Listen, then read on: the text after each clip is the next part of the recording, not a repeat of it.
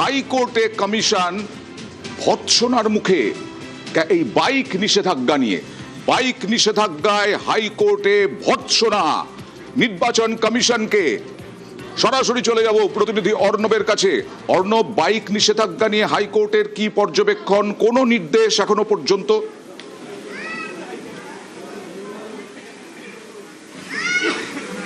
দেখো, কলকাতা হাইকোর্ট বিচারপতি কৃষ্ণা রাও একক বেঞ্চ, এবং এই বেঞ্চ হাইকোর্ট তারা কাজ করে কনস্টিটিউশনের 226 নম্বর ধারার প্রয়োগ করে, সেই পাওয়ার ইউজ করে তারা নির্দেশ দেয়, পর্যবেক্ষণ রাখে। এবং আজকে আমাদের রাজ্যে ভোটকে ঘিরে নির্বাচন কমিশন বাইকের ওপর যে নিয়ন্ত্রণ জারি করেছিল, অন্তত কোর্ট আনকোর্ট কমিশনের যুক্তি অনুযায়ী, সেটা কার্যত বিচারপতি প্রথমেই মনে করছেন এটা কোনো রেস্ট্রিকশন নয়, এটা কার্যত একটা প্রহিবিটরি অর্ডার, অর্থাৎ বাইকের ওপর নিষেধাজ্ঞা চাপানো হয়েছে। এবং পরপর যেভাবে বিচারপতি প্রশ্ন ছুড়েছেন আজ কমিশনের আইনজীবীর উদ্দেশ্যে, কার্যত প্রশ্নবাণে জর্জরিত হয়েছে আজ নির্বাচন কমিশন। এবং প্রথম প্রশ্ন, এক, সংবিধানের যে ক্ষমতা আমরা জানি 324 নম্বর ধারার প্রয়োগ করে নির্বাচন কমিশন এই সমস্ত পদক্ষেপগুলি করে সুষ্ঠু ও শান্তিপূর্ণ নির্বাচন করার জন্য। বিচারপতি বলছেন কার্যত সংবিধানের এই ক্ষমতার প্রয়োগ করে কমিশন নিজের মতো কার্যত যা ইচ্ছে তাই করছে। এক, দুই, 24 ঘন্টার জন্য এই বাইকের রেস্ট্রিকশনের কথা বলা হলো, কিন্তু যা ইমপ্লিমেন্ট হচ্ছে সেটা 72 ঘন্টা। কমিশনকে আইনের যে স্তম্ভগুলি রয়েছে বা আইনের যে পরিধি রয়েছে তার মধ্যে কাজ করা উচিত। তিন, এই বাইকের নিষেধাজ্ঞা এতগুলি রাজ্যে ভোট হচ্ছে, 5টা রাজ্যে, কেন আমাদের রাজ্যে অন্য রাজ্যে কি হয়েছে কি না, প্রশ্নের উত্তর নির্দিষ্টভাবে দিতে পারেননি কমিশনের আইনজীবী। একই সঙ্গে কার্যত বিচারপতি কৃষ্ণা রাও আর এক ধাপ এগিয়ে কমিশনের উদ্দেশ্যে এই মন্তব্য ছুড়েছেন যে ভোটের 2 দিন আগে নির্বাচন কমিশন আমাদের রাজ্যে এমার্জেন্সি ঘোষণা করে দিক, এবং অর্থাৎ জরুরি অবস্থা ঘোষণা করে দিক, তাহলেই হয়তো সব কিছু তাদের শান্তিপূর্ণ হবে। কিন্তু ইলেকশন কমিশনের হাতে যখন প্রশাসনিক মডেল কোড অফ কন্ডাক্ট চালু হওয়ার পর তাদের হাতে রয়েছে, এটা কি কোথাও একটা ঘুরিয়ে ইলেকশন কমিশনের ফেলিওর বা ব্যর্থতাকে ইঙ্গিত করছে না? পরোক্ষে এই প্রশ্নও তুলেছেন বিচারপতি কৃষ্ণা রাও। এবং কার্যত পরপর যে প্রশ্নবাণ বিচারপতি ছুঁড়েছেন এবং ভৎসনা পড়েছে নির্বাচন কমিশন বাইকের ওপর নিষেধাজ্ঞার মধ্য দিয়ে যে সিদ্ধান্ত ইতিমধ্যে কমিশন নিয়েছে, কয়েকটি ক্যাটাগরি তারা এক্সেপশন বা ছাড় দিয়েছে, এই জায়গাতে কমিশন তাদের অর্থাৎ যে যুক্তির জাল ছিল, যুক্তির বেড়া জাল ছিল, সেই যুক্তির জাল দিয়ে আদালতকে সন্তুষ্ট করতে পারেনি। তাই কমিশন আরেকটু সময় চেয়েছে, পুরো ঘটনাটা কি হয়েছে, ফ্যাক্ট কি হয়েছে, সেটা আরও বিস্তারিত আকারে আদালতকে জানাতে চায়। যদিও খুব বেশি সময় দেওয়া হয়নি, 24 ঘন্টা সময় দেওয়া হয়েছে। কালকেই সকালে এই মামলা ফের শুনানির জন্য আসবে। কমিশনকে তাদের জুৎসই উত্তর বা ব্যাখ্যার জন্য হাজির থাকতে বলা হয়েছে বিচারপতি কৃষ্ণা রাওয়ের মৌখিক নির্দেশ। অর্ণব, তুমি একটু সঙ্গে থাকো, আমার সঙ্গে থাকো। আমি স্বপনবাবুর কাছে যাবো। স্বপনবাবু, মুখ্যমন্ত্রী বা তৃণমূল নেত্রী নিজে সুর চড়িয়েছিলেন যে বাইক এইরকমভাবে এত ঘন্টা ধরে নিষিদ্ধ কেন, কিন্তু আপনারা কোনো প্রতিবাদ করেননি। তো সাধারণ মানুষের যদি কোর্ট বলছে সাধারণ মানুষের অসুবিধা হবে, আপনারা সাধারণ মানুষের পাশে নেই? আমরা ভোট চাইছি সুষ্ঠুভাবে হোক, ফ্রি অ্যান্ড ফেয়ার। মানুষকে বিপদে ফেলে আমাকে শেষ করতে দিন, তারপর আপনি বলুন সব বলবেন। ফ্রি অ্যান্ড ফেয়ার ইলেকশন হোক, সুষ্ঠুভাবে নির্বাচন হোক। নির্বাচন কমিশনের সব সিদ্ধান্ত আমরা মানছি তেমন কোনো ব্যাপার নয়। নির্বাচন কমিশন কোনো একটা সিদ্ধান্ত নিয়েছে, বাইকের ব্যাপারেও নিয়েছে, এবং কোর্ট কিছু তার পর্যবেক্ষণ জানিয়েছে। বিশেষ করে বিচারপতি কৃষ্ণা রাও, তিনি পশ্চিমবাংলার তো বাসিন্দা নন, তিনি অন্য রাজ্য থেকে এসছেন এখানে।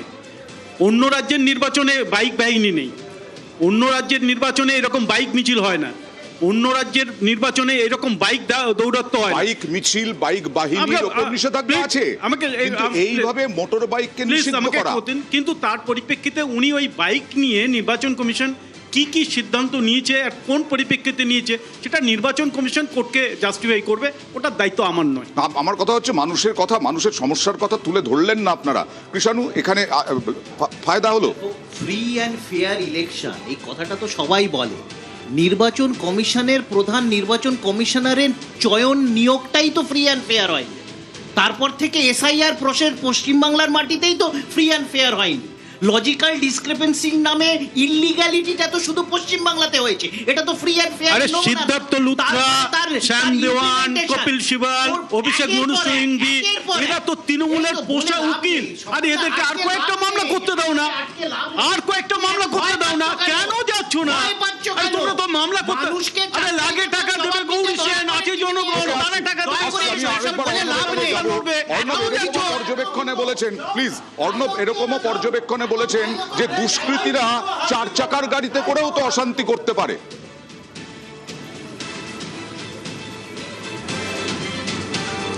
একেবারে তাই। এই মন্তব্য শুধুমাত্র বাইকে নিষেধাজ্ঞা নয়, এবং তুমি যেমনটা বললে 4 চাকা কথা তো রয়েছে। বিচারপতি কতটা এই ব্যবস্থাপনা দেখে ভিতর থেকে অখুশি হলে তার বিবেচনা বোধ বুদ্ধির প্রয়োগ করে কতটা অসন্তোষের জায়গায় উপনীত হলে তিনি বলেন নির্বাচন কমিশন এ রাজ্যে এমার্জেন্সি ঘোষণা করে দিন। অর্থাৎ এমার্জেন্সি ঘোষণা বা এমার্জেন্সির মতো পরিস্থিতির দিকে নিয়ে গেছে রাজ্যকে নির্বাচন কমিশন, এমনটাও বলেছেন বিচারপতি। একদম। চন্দনদা কোথাও কি মনে হচ্ছে যে এমার্জেন্সি চালু হয়ে গেছে? এর আগে তৃণমূল বারবার অভিযোগ করেছিল।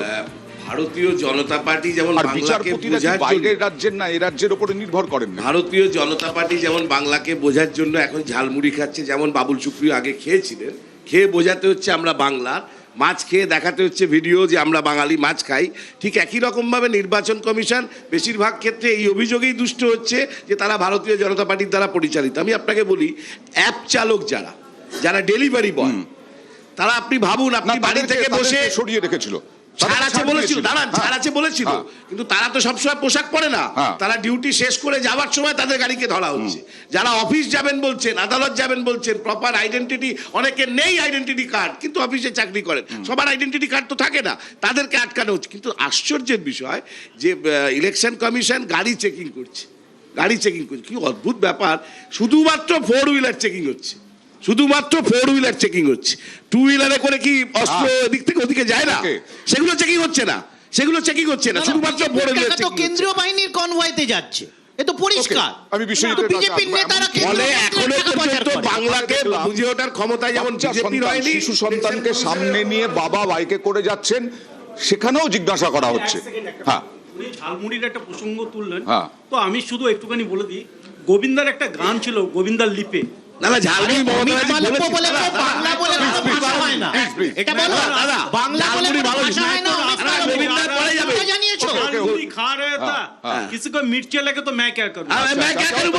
দেখুন বাবুল সুপ্রিয় একই রকম ভাবে ঝালমুড়ি খেয়েছিলেন, তারপরে দেখুন আপনার দলের কেন্দ্রীয় মন্ত্রী মমতা ব্যানার্জি দলের মন্ত্রী হয়ে গেলেন, আর দিদি তো বলেছেন ঝালমুড়ি বানাও, সেই জন্যই বাইক মানেই শুধু নির্বাচনে সন্ত্রাস তৈরি করা, এই ন্যারেটিভসটা যারা তৈরি করছে এটা ভুল ন্যারেটিভস।